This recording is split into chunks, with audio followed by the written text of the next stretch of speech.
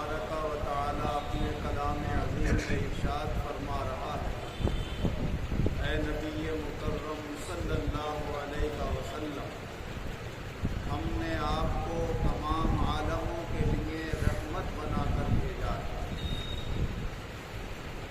حضور نبی اکرم صلی اللہ علیہ وسلم کی سراپا ذات گرامی بھی رحمت و برکت ہے، اور آپ کی تبلیغ، نصیحت اور قرآن و حدیث کی روشنی میں اللہ کے بندوں کو راہ ہدایت دینا اور صحیح راستے پر لگانا، یہ بھی اللہ کی مخلوق کے لیے بہت بڑی رحمت اور برکت ہے۔ جو شخص قرآن و حدیث کے مطابق زندگی گزارتا ہے وہ دنیا میں بھی سرخرو رہتا ہے، خوش رہتا ہے، اور آخرت میں بھی شاندار کامیابی حاصل کرنے والا ہوتا ہے۔ حضور نبی اکرم صلی اللہ علیہ وسلم نے جب اللہ کے بندوں کو یہ تعلیم دی کہ تم اللہ کی مخلوق کے ساتھ اچھا سلوک کرو، جو اللہ کی مخلوق کے ساتھ اچھا سلوک کرتا ہے تو اللہ تعالیٰ بھی اس پر مہربان ہوتا ہے۔ آپ نے فرمایا، ارحموا من فی الارض یرحمکم من فی السماء، تم زمین والوں پر رحم کرو، آسمان والا تمہارے اوپر رحم کرے۔ اور جنہوں نے اس زمین والی کسی شے پر بھی رحم کیا، اللہ تبارک و تعالی اس پر مہربان ہوا۔ اور یہ زمین اور اس پر آباد جتنی بھی چیزیں ہیں، چاہے جاندار ہوں چاہے بے جان ہو، انسان ہر چیز کے ساتھ اچھا سلوک کر سکتا ہے۔ مثال کے طور پر ایک درخت ہے، اگر وہ سڑک کے کنارے گزرنے والوں کے لیے سائے کا ذریعہ بن رہا ہے اور آپ کو لکڑی کی کوئی ضرورت نہیں ہے تو اسے اب مت کاٹیے، تاکہ وہاں سے گزرنے والے اگر تھوڑی دیر اس کے سائے میں بیٹھنا چاہیں تو بیٹھ سکتے ہیں۔ اور اس زمانے میں تو جگہ جگہ کچھ سائے مکانوں کے بھی ہو گئے ہیں۔ پہلے زمانے میں دور دور تک آبادی نہیں ہوتی تھی، تو سفر میں لوگوں کے ایسے سائے دار درخت بہت کام آیا کرتے تھے۔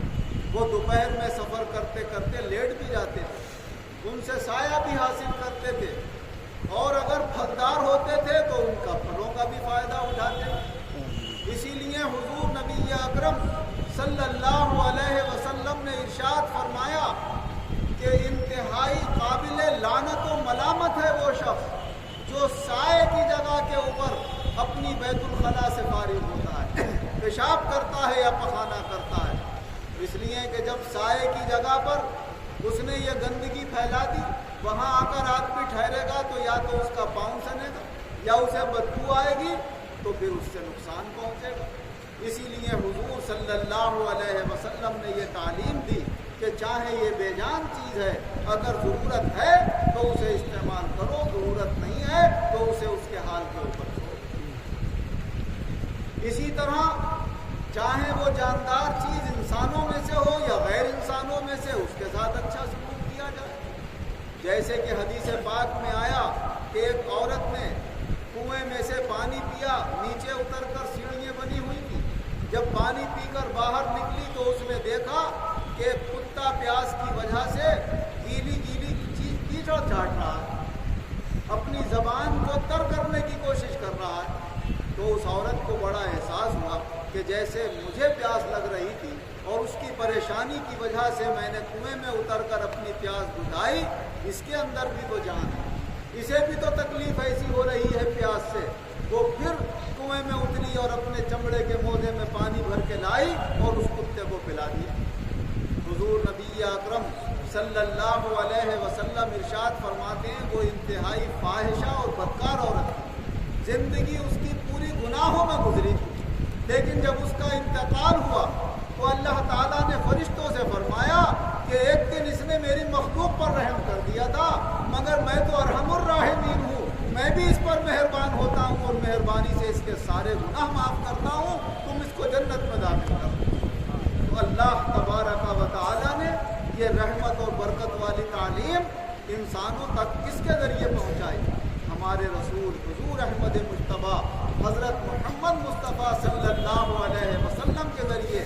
اور یہ واقعہ تمام انسانوں کے لیے یہ سبق ہے کہ جب ایک ایسی مخلوق جو اپنے اندر عقل اور سمجھ بھی نہیں رکھتی، جو انسانوں میں سے بھی نہیں ہے، جب اس کے اوپر مہربانی کرنے سے اللہ اتنا مہربان ہے، تو پھر انسان پر مہربانی کرے تو اللہ تبارک و تعالیٰ کتنا رحم فرمائے۔ تو حضور نبی اکرم صلی اللہ علیہ وسلم کی ذات گرامی بھی رحمت و برکت کا سبب ہے۔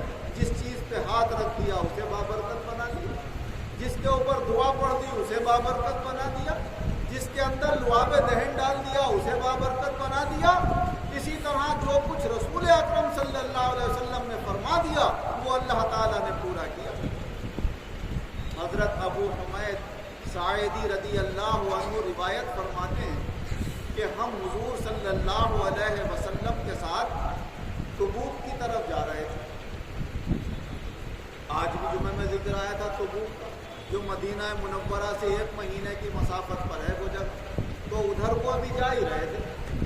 راستے میں ایک جگہ آئی جس کا نام ہے وادی قرا۔ وہاں پر ایک عورت کا باغ تھا۔ اس باغ کے پاس جب حضور صلی اللہ علیہ وسلم پہنچے تو اپنے صحابہ سے فرمایا اس باغ کی کھجوروں کا اندازہ لگاؤ، اس میں کتنی کھجوریں ہو سکتی ہیں۔ تو صحابہ نے اپنے اپنے اندازے لگائے۔ تو حضور صلی اللہ علیہ وسلم نے فرمایا اس باغ میں 10 وسق کھجوریں، ایک وسق 60 سا کا ہوتا ہے اور ایک سا 4 کلو۔ اب 60 کو 4 سے ضرب دو، پھر 4 کو 10 سے ضرب دو تو تقریباً 24 کوئنٹل کے قریب بیٹھیں گی وہ کھجور۔ اور پھر حضور صلی اللہ علیہ وسلم نے اس عورت سے فرمایا کہ ہم تو جا رہے ہیں تبوک کی طرف، کافی وقت وہاں سے جانے اور آنے میں لگ جائے گا، جب تک تمہاری کھجوریں تیار ہو جائیں تم توڑو گی، تو جو اس میں توڑنے کے بعد تم تولو تو اسے یاد رکھنا کہ کتنی کھجوریں اس میں نکلی۔ یہ کہہ کر حضور صلی اللہ علیہ وسلم روانہ ہوئے، کہا انشاءاللہ ہم لوٹ کے آئیں گے تو تم سے معلوم ہوگا۔ غزوہ تبوک کے مقام پر پہنچ گئے۔ وہاں پہنچ کر حضور صلی اللہ علیہ وسلم نے اپنے صحابہ سے فرمایا خیمے لگا لو، سواریاں باندھو، آج رات بہت تیز ہوا چلے گی اور اس ہوا میں کوئی شخص کھڑے مت ہونا اور اپنے اونٹوں کے پاؤں بھی اونٹوں وغیرہ سے باندھے۔ چنانچہ ایسا ہوا، جب رات آئی تو بہت تیز آندھی چلی۔ ایک شخص امتحان کے لیے کھڑا ہوا، جیسے ہی کھڑا ہوا ہوا لے کے اڑ گئی اور ایک پہاڑ ہے جبل طے، وہاں جا کر اسے گرایا۔ حضور نبی اکرم صلی اللہ علیہ وسلم جب غزوہ تبوک سے واپس تشریف لائے اور اسی باغ کے پاس سے گزر ہوا تو آپ نے اس عورت سے معلوم کیا ہے عورت تیرے باغ میں کتنی کھجوریں نکلی؟ تو اس نے کہا 10 وسق۔ جو حضور صلی اللہ علیہ وسلم نے فرمایا تھا وہی بات ظاہر ہوئی۔ یہاں کھجوروں کے متعلق جو فرمایا وہ ظاہر ہوا اور وہاں ابھی ہوا کے آثار بھی نہیں ہیں، فرمایا رات کو ہوا چلے گی، اور یہ بھی فرمایا کوئی کھڑے مت ہونا اس کے اندر، اور وہ کھڑا ہوا تو اللہ نے اسے اڑا بھی دیا۔ تو حضور نبی اکرم صلی اللہ علیہ وسلم کو اللہ تعالیٰ پہلے ہی باخبر فرما دیا کرتا تھا کہ یہ چیز ایسی ہے، یہ چیز ویسی ہے، آج ایسا ہونا ہے، کل ایسا ہونا ہے۔ اور انہی کے صدقے میں حضرت غوث اعظم شیخ عبد القادر جیلانی رحمۃ اللہ علیہ ارشاد فرماتے ہیں وما منہا شہور او بہور تمر وتنقضی الا اتانی۔ جتنے سال اور مہینے ہیں جب وہ گزرتے ہیں تو پہلے میرے پاس آتے ہیں اور آ کر مجھے خبر دیتے ہیں۔ وَتُخْبِرُنِي بِمَا يَأْتِي وَيَجْرِي وَتُعْلِمُنِي فَأَبْصِرْ عَنْ جَلَالِي۔ اور مجھے سب خبر دے دیتے ہیں کہ کس دن کیا ہونے والا ہے، کس ہفتے میں کیا ہونے والا ہے، کس مہینے میں کیا ہونے والا ہے، کس سال میں کیا ہونے والا ہے۔ فرمایا مجھے اللہ پہلے ہی خبر دے دیتا ہے ان مہینوں کی۔ تو جب غوث اعظم کا یہ حال ہے تو جن کے صدقے میں غوث اعظم بنے ہیں ان کے علم کا اور ان کی شان کا کیا عالم ہوگا۔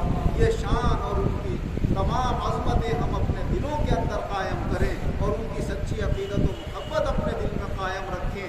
اللہ یہ ہم سب کو توفیق عطا فرمائے۔ آمین۔ وآخر دعوانا ان الحمد للہ۔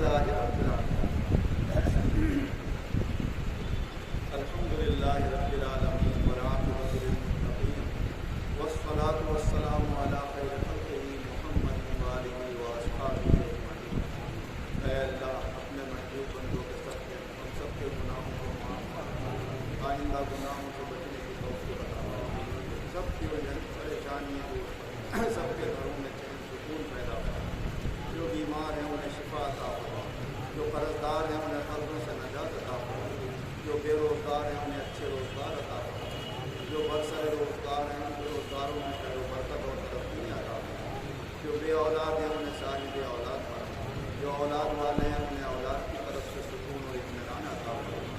اے اللہ ہم سب کو اپنی رضامندی اپنے محبوب کی خوشنودی دونوں جہان میں ایمان و عزت کے ساتھ آسانی عطا فرما۔ آمین۔